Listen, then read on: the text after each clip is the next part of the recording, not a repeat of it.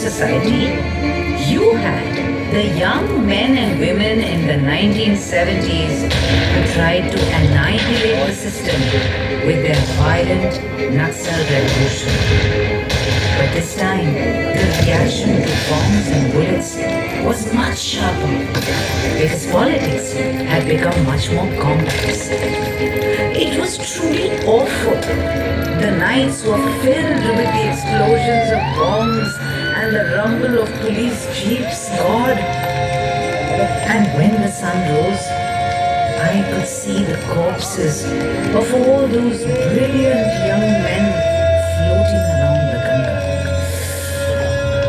Gallons of fine hot blood was spilled on your body, Kolkata, and ideology and tradition were disguised in new masks. As we say, Chotomot Totobot. The Naxal revolution is a source of terror for some people and of romantic nostalgia for others. There are even sly smiles about the slogan, China's chairman is our chairman. But can you tell me why someone here would not be inspired by the Chinese leader? Kolkata is a center of global citizenship, isn't it? There. I agree. Hindu college is such a powerful statement of that. Imagine saying one must learn the English language, saying one must understand Western culture and meld it with one's own back then. Nowhere else in India could a school have been set up with these objectives. I can proudly say that in 1817, the British and the Bengalis joined hands to start an institution without which there would have been no Bengal Renaissance. True, Bengal Renaissance, it was beyond belief. I get exhausted just thinking about all that Tagore's alone did. They stuffed 10 geniuses into each member of the family. You have Vijendranath Tagore translating Meghdootam from Sanskrit to Bangla, writing books on philosophy in Bangla, improvising a Bangla version of shorthand, and even writing a book on making boxes. You have Shotendranath, who not only becomes the first Indian ICS officer, but also takes his wife abroad in that day and age. Here's Jyotirindranath, music composer, painter, playwright, director, actor. Then there's Debendranath, dictating an entire book on the Brahmo faith in just 3 hours. Govindranath shows himself to be an artist extraordinaire, making cartoons as well as cubist paintings. And Abanindranath's drawings and stories both turn out to be wonders of Bengali culture.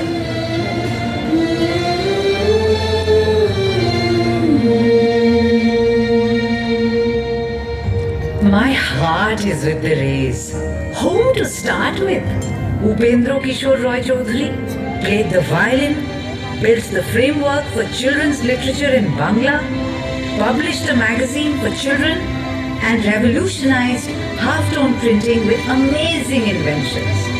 His son, Sukumar Rai, stunned everyone with his comic verse and prose while talking of everything from Plato to Turgenev at nonsense club meetings. You know what I think? I suspect they used to stir the finest things from the East and the West into a glass and drink it every morning. Well, we've always had this power to synthesize. In 1835, the medical college was established to educate locals in the techniques of Western medicine. Then later, dancer Uday Shankar joined hands with the Russian ballerina Anna Pavlova to create his famous ballet, Radha Krishna. In 1955, Sukumar Rai's son Satyajit Ray single-handedly ushered in a new wave to Indian cinema with his Swati and Pachali. He was very clear that he could never have created his own drama of filmmaking without having watched Hollywood movies. And yet, foreigners discovered a pure Indianness in his cinema. This ability to acquire, assimilate, and absorb runs in my veins, you know. Oh, yes. Ray electrified both the East and the West equally. No wonder he got an Oscar for Lifetime Achievement in 1992. He had to accept it in his hospital bed.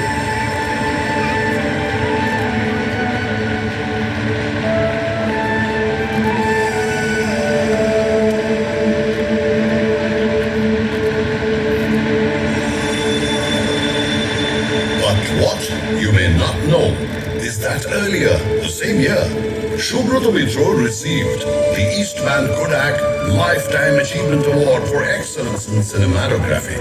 Who was Subrata Mitra, you may ask? Well, he was the cameraman of Ray's earlier films. It's most unfair that he never got the fame he deserved as one of the world's best cinematographers. Excuse me, but can you seriously please explain your obsession with unsung heroes? I can never decide whether you're being generous or being overly critical all the time. Every time the world thinks someone from your city is worthy of the finest honor, you Kolkatans will produce someone else at once. Oh, Mr. So-and-so was just as brilliant but never got his due. But then why shouldn't we? The people of Kolkata know how to celebrate winners. We also know how to admire the ones who were left behind. We don't ignore the ones who didn't win the prize, who died without fame. Because we know how to measure an artist's or a thinker's worth. Not by how much gold they have gathered, but by how much gold they have scattered. And so, Jivanananda Das is as immortal as Rabindranath Tagore. Ritik Ghatak will live on as long as Satyajit Ray does. Bahadur Sarkar as long as Shambhu Mitra. Kamal Kumar Majumdar as long as Sunil Gangotpaধ্যায়. We'll revere Pankaj Rai, but we'll honor Shute Banerjee too. We'll put Hemant Mukhopadhyay and Manna De and Shundha Mukherjee on a pedestal. We'll bow our heads to Suchitra Mitra and Konika Bandyopadhyay too. But we won't leave Nirmala Misra and Pratima Bandyopadhyay out either. And we lose ourselves in Nikhil Banerjee's sitar. This isn't a fad. It's just that we have a deeper inside. You get me?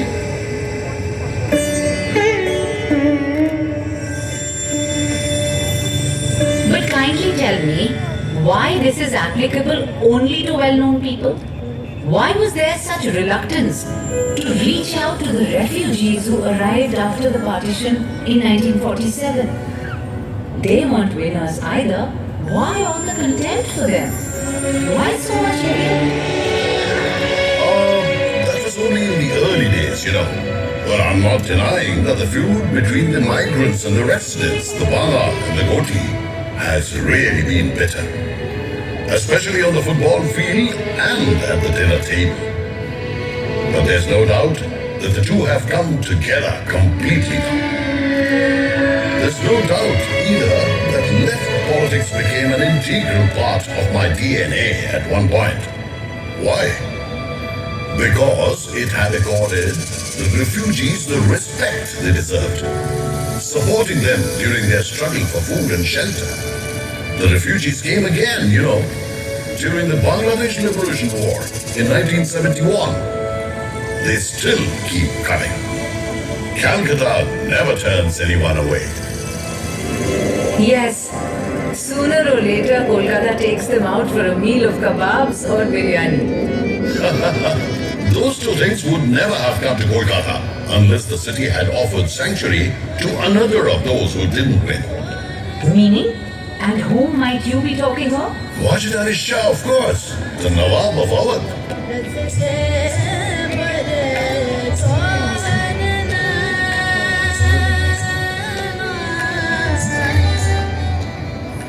The English dethroned the Nawab without a battle in 1856, exiling him to Calcutta. He set up his camp in Metiabruz, in culture, in clothing, and of course, in food.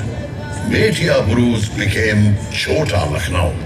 In the process, the local music and dance were influenced, naturally. But the taste buds and cooking pot were influenced even more. If kebabs and biryani are sold by the side of every road in Calcutta today, their roots can be traced back to that inglorious banishment. No treasure will be discarded here. Calcutta believes this, and this is my glory. But this glory fades when we remember the horrific riots of 1946. Those Hindu-Muslim riots lasting almost a week.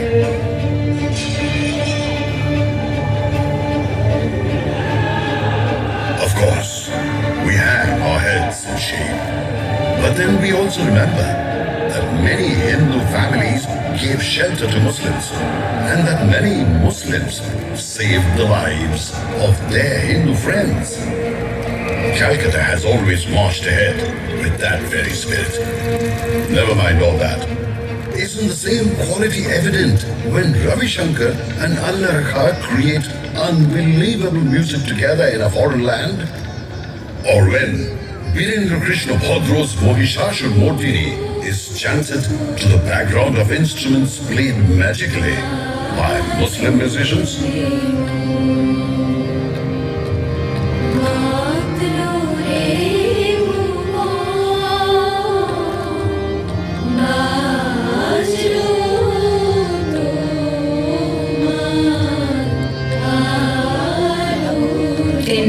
Indeed it is, my friend. I am reminded of what magician P.C. Shorkar did once. The audience, had all turned up for his performance, but the magician was nowhere to be seen. 10 minutes had passed after the scheduled time of the show to be opened, and people were becoming impatient and restless. Suddenly, they heard someone say, "Here I am!" In utter surprise, they found Shorkar standing on the stage and saying, "Look, I'm on time. Take a look at your watches." And an astonished audience discovered that their watches had gone back 10 minutes. Nothing has changed. You are just like him. A master of mass hypnotism, navigating the space between the hands of the clock and the history. While people worship and taunt you eternally, but you hold your dazzling smile intact through everything that happens, announcing, "Here I am."